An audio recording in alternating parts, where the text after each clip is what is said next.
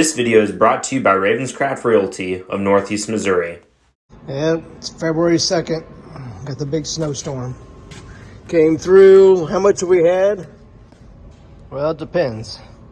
At the door, we got a bunch. There's a spot there with the wind blowing. Kind of blew that all off. So we've either got no snow or 2-foot drifts. It's pretty, but it's cold and windy. Gonna go take a drive and see how much snow might need to go push. We got the skid loader here in the shop. Got the 8400 with a blade on it if we have a bigger pile of snow to push.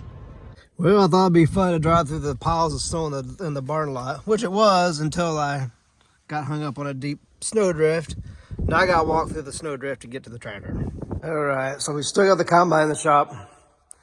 We really haven't worked on it a whole lot between the snow and everything else going on. Back in the fall, we got it stuck. It managed to get all kinds of mud and gumbo stuck in places it shouldn't be. So rolled around the other day underneath, dug a bunch of it out. Now I gotta get all scooped up and get rid of it. This combine, not in too bad a shape. Did a little bit of work on the feeder house chain.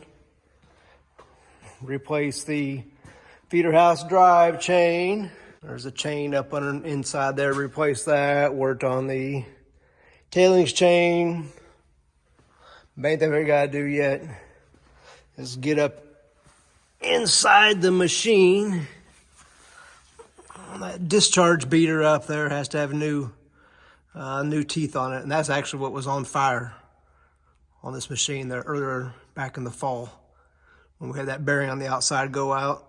That drum there, all the material inside of it is what caught on fire. Shouldn't be too bad. You have to climb up there and get it started. Get that done here this week, but we still got lots of snow outside, so not gonna be a whole lot else going on for a little while. All right, we're finally getting to kind of try to get this combine finished up. Got 2 more rows of the wear strips on this discharge beater change out. Actually, it's not a bad job other than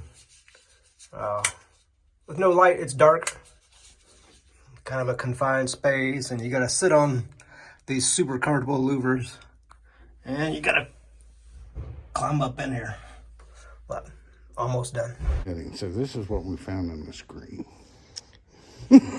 Yeah, might be why the 4320 doesn't work. This was in the bottom of the hydraulic reservoir. Not supposed to have that much metal in it. Something obviously failed. So we might be getting closer to figuring the 4320 out. Filter has metal in it. The oil we drained out of the hydraulic reservoir has metal in it. But now we're thinking, we've been talking to some people, might be the brakes. Because everything in here looks good. The brakes run the same hydraulic oil as everything else, so the brakes are coming apart or already apart, then that could be where the metal is from. So that will be easier than replacing all this. Also today, tried out our new oil container system. Worked pretty nice for changing the oil way up there. You just string the hose out, calibrated the meter in it, and let it go. I'm not very good at look at the camera apparently.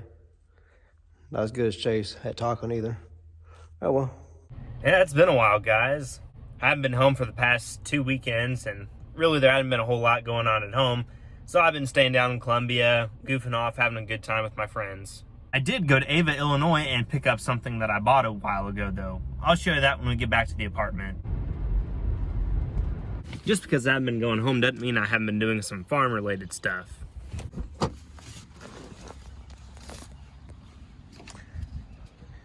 I copped these sweet dual hubs for $225 for the 4320.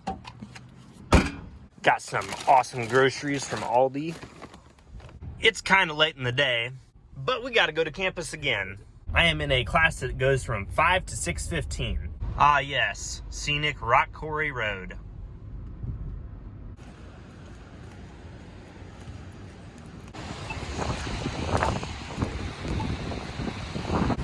was that Billy Madison said? Going to school to prove to my mom that I'm not a fool. So why do you are not going to? Now I kind of regret wearing shorts and Birkenstocks to class. It's presently 3:45 in the morning.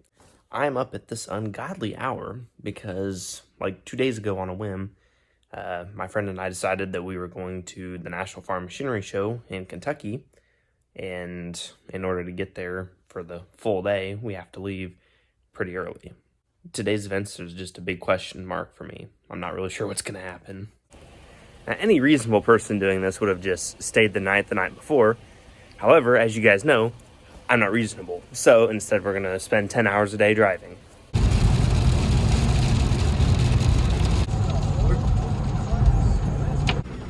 We have arrived. Folks are getting pretty desperate for parking. It's still precipitating pretty heavily, and we have to get all the way to the expo center, which is over there in the rain.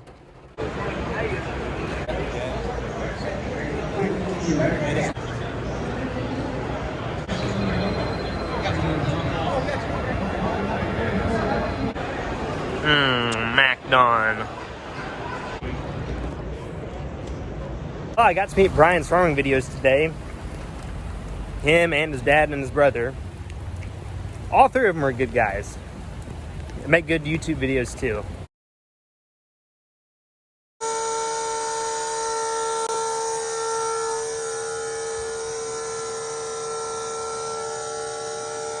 This deal works pretty slick. Got a pump in it to pump out the used oil. Great big nice pan to slide underneath the stuff. Holds 25 gallon, but got probably 17, 18 in it, so go ahead and pumping it out. Got a used tote, store it in, have our guys who use the oil come pick it up, pump it out. Should be a no mess solution. The return trip from the farm show was kind of fun. And unfortunately, my car this morning was covered with that nasty white stuff called snow, which I hate. I should have done what some of my other buddies are doing, which is go out there tonight and stay tonight, stay Saturday, and then leave on Sunday. But I'm not that smart, so I didn't do that. I just have one lab this morning, then I'm going to go to work, and then we can go home. Before I leave here, I want to show you what I got at the toy show 2 weekends ago. So I have a 3D printed John Deere 6600 combine, a partially 3D printed 8R370. Very nice. And a model 9750 combine.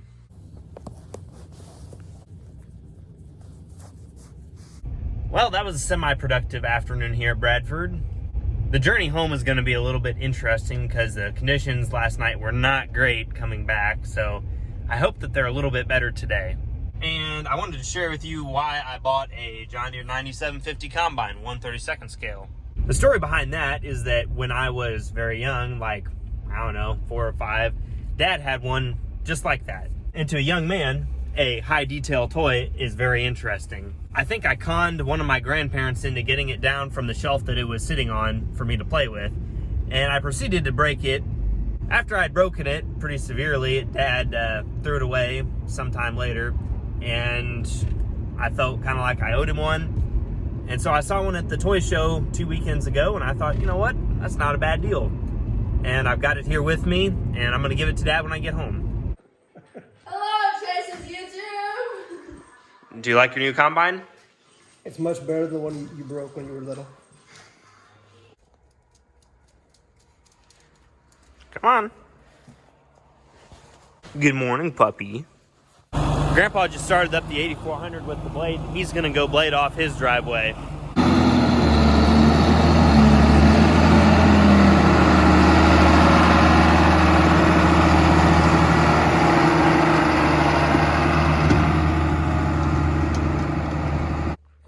Tell me the splines are non-existent without telling me the splines are non-existent.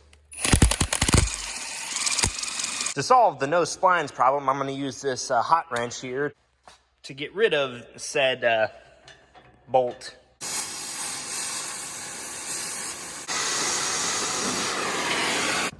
Now we're taking the roll bar and the canopy and the fenders off of the 4320 so it can go to the John Deere dealer for a brake rebuild because, like Dad said earlier, all the stuff we found in there was likely from the brakes.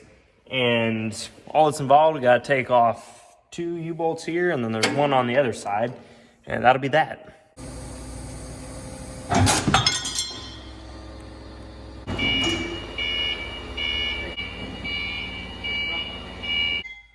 This side of the 3-point was really shaky, and this is probably why. Not a lot of material left there. Okay, I was wrong. Just needed to be tightened up. Now, for the guy that asked me if I ever get my hands dirty, the answer is yes. It took me a while, but I finally got all of the nuts off of the hubs. Honestly, I was kind of tempted to just hack the U-bolts off and get new ones. Then I looked at how much new U-bolts actually cost. They're $45 a piece, and I would need 6 of them. So I quickly decided that busting a couple beads of sweat was going to be preferable to losing $250 for silly U-bolts. I had to get out the big 3/4 inch breaker bar and a 4-inch piece of pipe and convince them. Can you believe this? She's barking at me. But I had to convince the U-bolts that they should unthread themselves. And that was a little bit easier said than done. Hi, kitty. I just opened up the shop door and I'm gonna pull the, I just opened up the shop door and now I'm gonna pull the 4320 out so I can wash this gunk stuff off of the back end. And then I'm gonna take it to Side Stickers so that they can fix the brakes, both sides, because you know the brake pads are gone and it started to get into the metal. Not very good, and that's above my fixing abilities as a mechanic. The good news is I did get the dual hubs completely freed up. I only had to sacrifice the one stud, and one of the big U-bolts is a little screwed up on one end, but I think I can fix it because I really don't want to spend $45 on a new one. With new injectors and a new injection pump, this thing runs like a dream. I even got a new throttle cap thing that you pull. Now watch this. The 20 series are pretty notorious for being bad cold starters, but this one starts pretty good after I spent a bunch of money on it.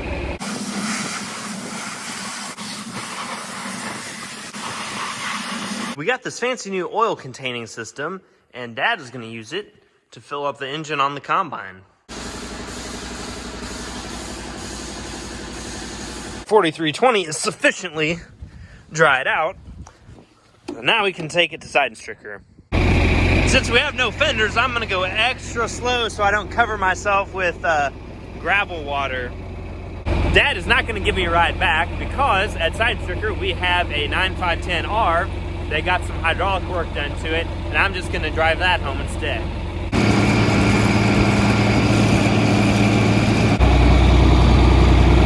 That wasn't too bad. Did I still eat a little bit of gravel water? Yeah. It could have been worse though. Watch this. So here we are in the 510.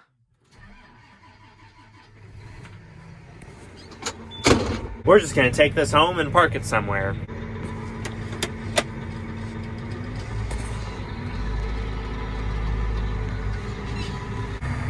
You versus the guy she told you not to worry about.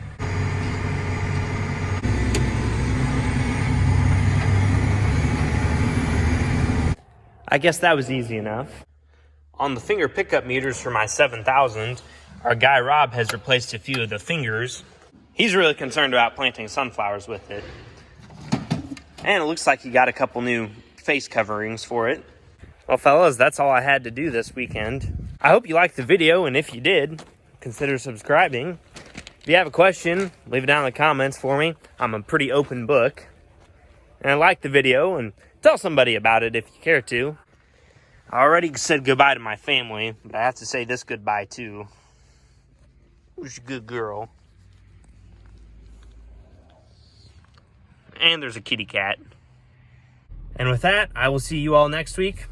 Take care. What? I know, but they're from Mexico.